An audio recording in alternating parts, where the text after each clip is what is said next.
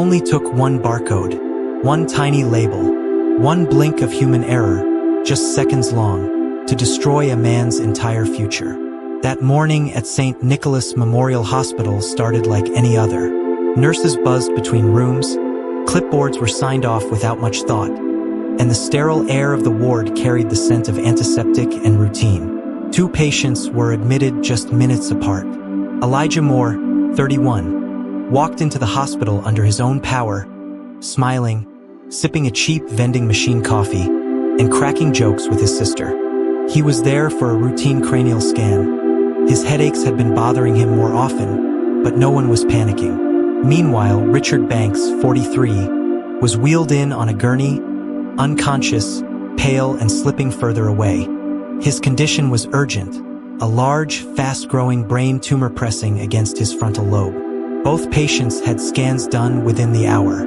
But then, the mistake happened. The labels, those silent, lifeless pieces of paper, got switched. Elijah's scan, clean and clear, was tagged as Richard's. Richard's critical imaging, covered in shadows and urgent red flags, bore Elijah's name. It was a glitch, a moment, but in hospitals, moments matter.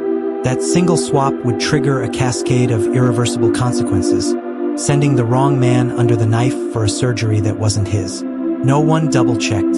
No one asked the extra question. And in a building full of people trained to save lives, a life was about to be ruined before anyone noticed. The surgical team was prepped and ready. Time was of the essence, or so they believed. They reviewed the chart. Elijah Moore's name glared from the top of the form, and next to it, a diagnosis of intracranial pressure and a large mass in the frontal lobe. Dr. Linden, a neurosurgeon with 20 years under his belt, didn't second-guess the chart. He didn't question the face that appeared younger than he'd expected or the absence of consent for such a major procedure. He chalked it up to urgency and poor clerical work. The anesthesiologist administered sedation. Elijah was unaware. He had entered the prep room expecting a scan, still making jokes, still sipping coffee. But as the drugs took over and his consciousness ebbed, so did the last remnants of the truth. In an adjoining hallway, Richard Banks lay waiting, unattended, unmarked, and growing closer to the edge of death. And no one noticed. The operating room was cold, as always. The team moved efficiently, with clinical detachment and confidence born of repetition. Dr. Linden made the first incision with practiced ease, unaware that the brain before him was perfectly healthy. "We'll relieve the pressure first," he muttered, as a nurse dabbed sweat from his brow. But there was no pressure, no swelling, no mass. What he found inside Elijah's skull was the clean, healthy anatomy of a young man. "Odd," he whispered, frowning. Still, they proceeded. After all, the scans must have shown something they had, just not his.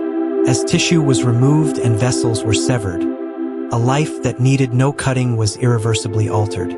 And somewhere in recovery, Richard Banks' tumor grew larger, pressing cruelly against his brainstem, while the clock ticked louder with every passing minute.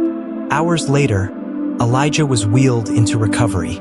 The nurses noted how his vitals dipped lower than expected, how his body resisted the healing process. They called it post-op shock, a common enough term that excused the visible deterioration in his appearance. Meanwhile, in the diagnostics department, a junior technician named Dana began reviewing imaging results for a post-op report. Her brows furrowed. The scans tagged with Elijah Moore's name clearly showed a normal brain, no tumor, no anomalies. She double-checked the barcode, then the timestamp, then the name. Panic surged through her as she realized the error. A sickening pit formed in her stomach. She grabbed her supervisor, who dismissed her concerns at first, but when he looked closer, his face paled. "Stop the ore," he whispered, but it was already too late. The blade had long since done its damage. Elijah had already lost pieces of his mind for a cancer that didn't exist. The man who should have received the scan awoke with a bandaged head, a splitting headache, and no idea what had happened. He tried to speak, but slurred his words. His motor skills were impaired. Panic filled the room as nurses rushed to stabilize him. It was only then that the medical team fully grasped the scale of the disaster. The other man, the one who had actually needed the surgery, had grown worse during the delay. The tumor was now affecting his vision and memory. The operation he was promised had been postponed to a critical point. 2 families were called. 2 rooms filled with grief and confusion. One family, told their loved one had a successful scan, now stared at a man who couldn't recognize his own children. The other, waiting for good news post-surgery, learned their father's tumor had grown during the critical delay. Questions turned into rage. "How does something like this happen?" they screamed, but there were no answers, just apologies. Hollow, helpless apologies. An internal investigation followed. Cameras reviewed. Logs checked. Everyone pointed fingers. A nurse forgot to double-check the chart. A tech mislabeled the room. A surgeon didn't cross-reference the name with the ID bracelet.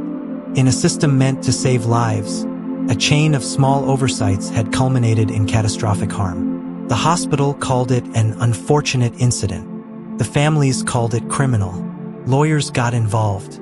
Statements were taken. The man who had his brain opened without cause was now partially paralyzed. His career was gone. His independence stripped. The family of the man with the tumor argued that the delay had made the surgery more dangerous. The hospital, in quiet meetings behind closed doors, scrambled to settle. But no amount of money could undo what had been done. The surgeon stopped practicing. He had performed hundreds of successful operations, saved lives, but he couldn't escape the face of the man he harmed. The nurse who had hesitated that morning quit within weeks. She couldn't sleep, couldn't forgive herself. Hospitals talk about healing, but no one talks about the scars left behind on both sides of the scalpel. The story made headlines. "They operated on the wrong patient," the headlines screamed. Public outrage poured in, but then faded, as news cycles always do. But for the families, the pain didn't fade. The man who was supposed to receive a scan now requires round-the-clock care. The man with the tumor eventually received surgery, but suffered complications that could have been avoided. Their lives had been altered by a system that failed them. And yet, from the ruins of that tragedy, came a push for change. New protocols, double verification systems, facial confirmation software. The hospital became a case study in medical schools around the world. Not as an example of what to do, but of what never to allow again.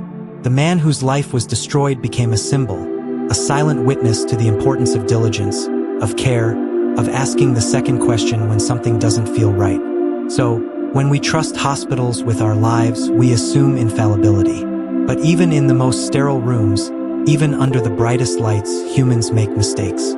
And sometimes those mistakes are irreversible. This was more than a mix-up. It was a devastating reminder that one unchecked assumption can change a life forever. So the next time you sign a hospital form, pause, ask questions, demand clarity, because consent isn't just a signature, it's trust. And in a world where people become paperwork, trust can be the most dangerous thing of all. Subscribe to the White Coat Crimes for more shocking true stories, medical crimes, medical mysteries, and the dark side of healthcare you were never meant to see.